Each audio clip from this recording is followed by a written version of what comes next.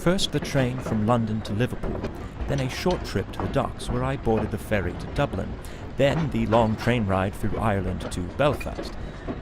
Not a bad ride, but excruciatingly long.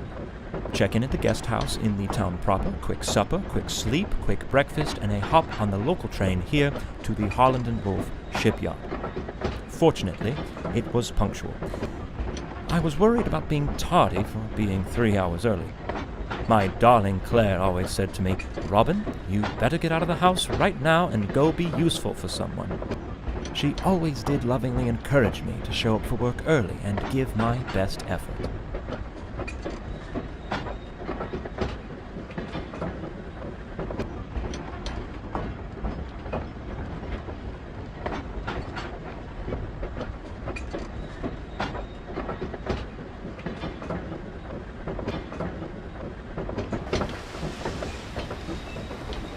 Titanic is likely no different from the Olympic.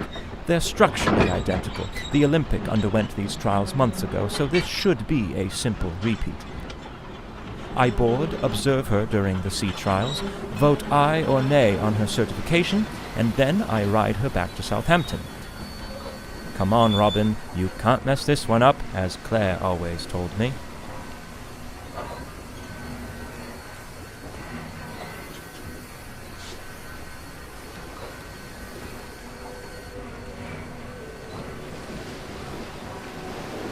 I had better find my way aboard. But I suppose there isn't reason for too much haste. No one else has even arrived yet, it seems. Plenty of time to explore, if I desire. I'm quite surprised by the amount of confidence the industry is placing into this ship. She's not even certified yet, and her first ticketed voyage is just a week from now. No room for failure on these trials, I suppose. It's like getting dressed up for a date when you haven't even begun your courtship yet. How do you know if you'll be rejected or not? I learned that one the hard way.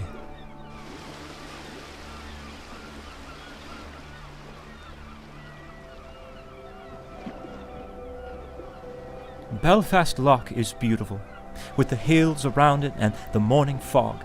It reminds me of what I always imagined Puget Sound would be like. A man sure can make a living out in Seattle, if he can hold off the plague.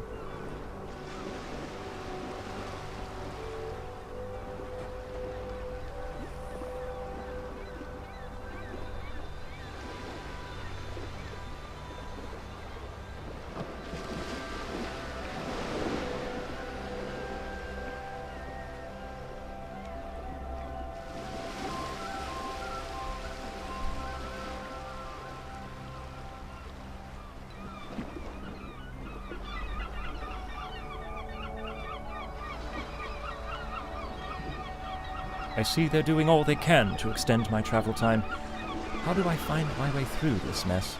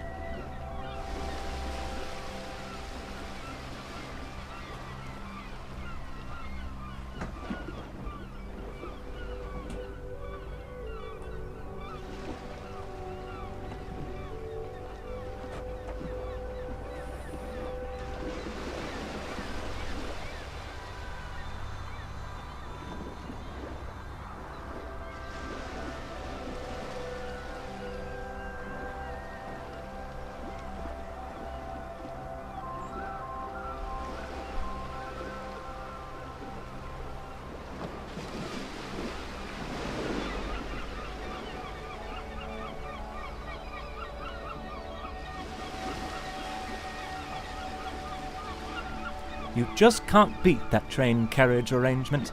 It really stretched my cognitive abilities. People simply aren't stimulated enough these days. Claire tells me that every night.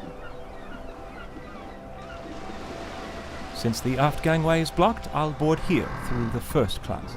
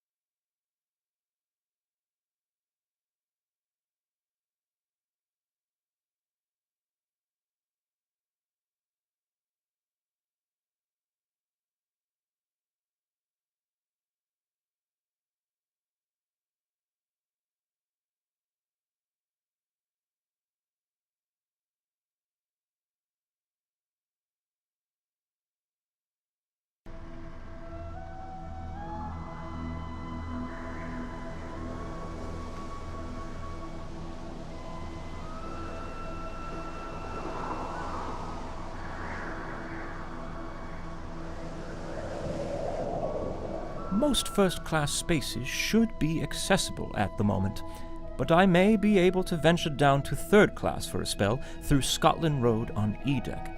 I believe I'm boarding before anyone else. Robin, right now you're the most handsome man on the Titanic. I especially commend them for modifying the bulkhead. I never cared much for what was on the Olympic.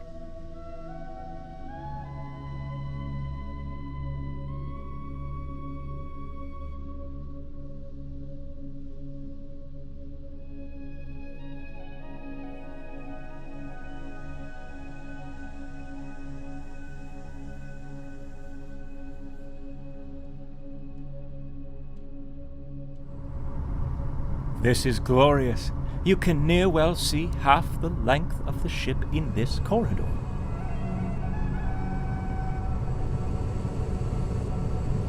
Oh dear, the door is open. Perhaps I'm not supposed to look in here, but I can't pass up this opportunity for a little adventure. Oh, if Claire were here now to see me being so daring. Where are the workers, though? Well, I suppose they're likely firing up the other boiler rooms.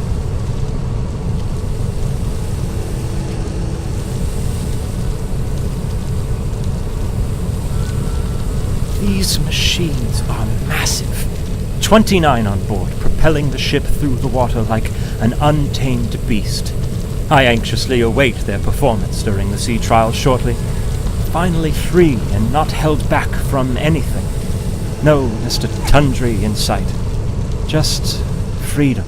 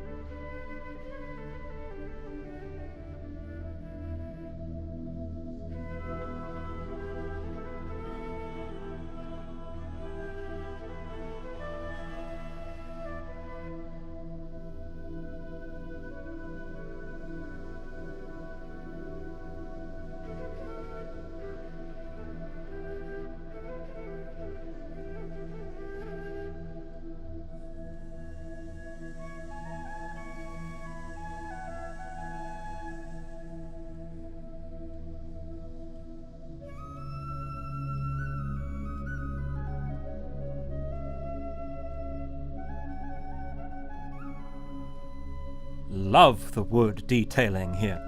It's absolutely perplexing. Now that's a craft I can really respect.